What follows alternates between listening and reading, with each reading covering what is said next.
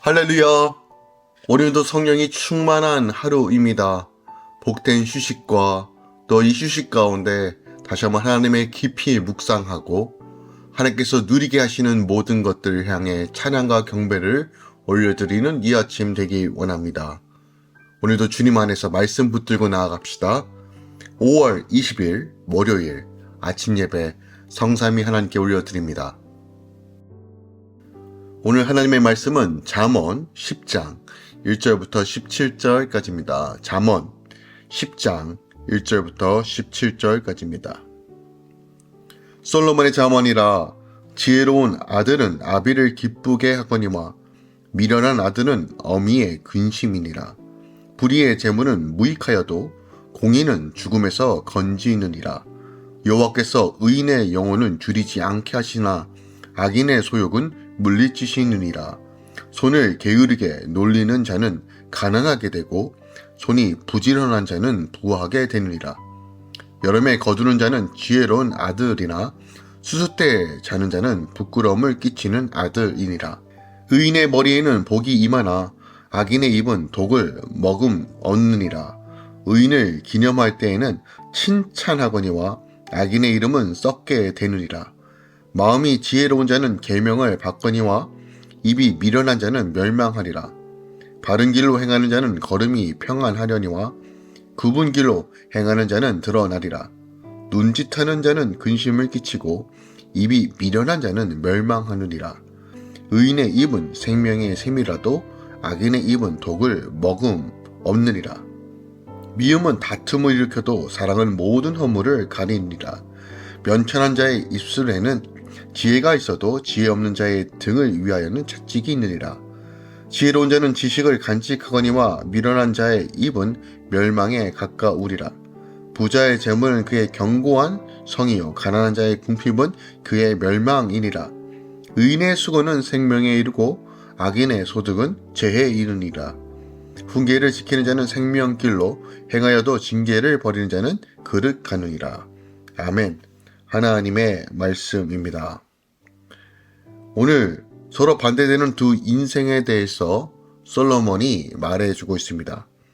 지혜로운 아들은 아비를 기쁘게 하고 부지런히 자기 손으로 일하지만 미련한 아들은 어미의 근심이 되고 그 삶이 게으릅니다. 의인과 악인의 입은 그 맺은 결실이 각각 생명과 독으로 나눕니다. 또한 지혜로운 자는 지식을 간직하지만 미련한 자의 입은 멸망에 가깝습니다. 지혜로운 아들과 그렇지 않은 아들의 이야기, 의인과 악인의 이야기, 또한 지혜로운 자와 그렇지 못한 미련한 자의 이야기를 서로 비교하면서 오늘 지혜자가 말하고 있습니다. 특별하게 10장부터 12장까지는 바로 이러한 내용들, 간단한 단편적인 지혜의 말씀들이 계속 대조하면서 계속 펼쳐지게 될 것입니다. 솔로몬은 이러한 말을 통해서 우리의 삶이, 인생이 어떤 것이 지혜가 있는지를 우리에게 명확하게 보여주고 있습니다. 즉 다른 말로 그리스도인으로서 우리 안에 성령의 충만함으로 나아갈 때 어떤 것이 지혜 있고 어떤 것이 가치가 있고 어떤 것이 바른 길인지를 아는 것은 매우 중요합니다.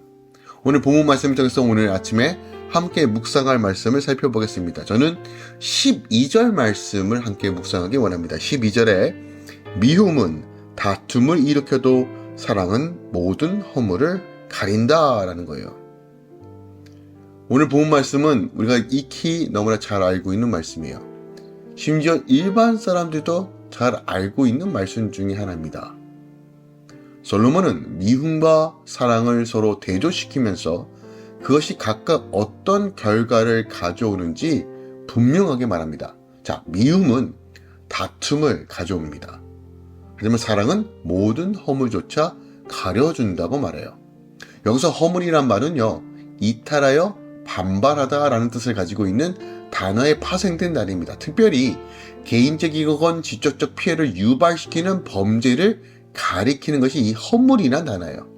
근데 사랑하는 마음만 있다면 이런 지적적인 피해를 입었다 하더라도 큰 곤란에 빠뜨린 원수라도 용서할 수 있고 그들의 죄까지도 가려줄 수 있다는 것이에요. 이것이 바로 사랑의 힘이다라는 거예요. 사랑은 어떤 싸움과 증오와 미움 속에서도 화합과 화평을 가져다 준다는 것이에요.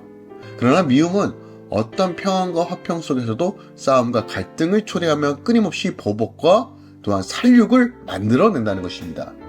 여러분, 이것은 역사를 통해서도 인간사에서 분명하게 드러났던 사실입니다. 모든 전쟁과 싸움은 바로 이 미움에서 시작됐죠. 하지만 그렇게 시작된 싸움이 수많은 희생자들이 만들어낸 결과, 하지만 결국 이 싸움은 어떻게 봉합됩니까? 사랑과 용서를 통해서 봉합되는 것을 알게 됩니다. 예수를 믿는 그리스도인들, 성도들은 어떠한 삶을 살아야 됩니까? 바로 사랑과 용서로서 서로의 허물을 가릴 때는 가려워야 되고, 또한 그것을 인하여 화합과 하나됨의 기틀을 마련해야 된다는 것입니다. 여러분, 그리스도인들은 죄에 대해서는 반드시 밝히 드러내야 하지만 그 이면에 우리의 연약함과 죄성에 대해서는 그럼에도 불구하고 사랑과 용서와 다시 한번 그 사랑 안에서 보듬어져 가야 되는 것도 필요하다는 것이에요. 그러니까 이 두 가지를 잘 해야 됩니다. 죄를 죄로 분명히 인식하는 것, 하지만 그럼에도 불구하고 사랑하는 마음으로 나아가는 것.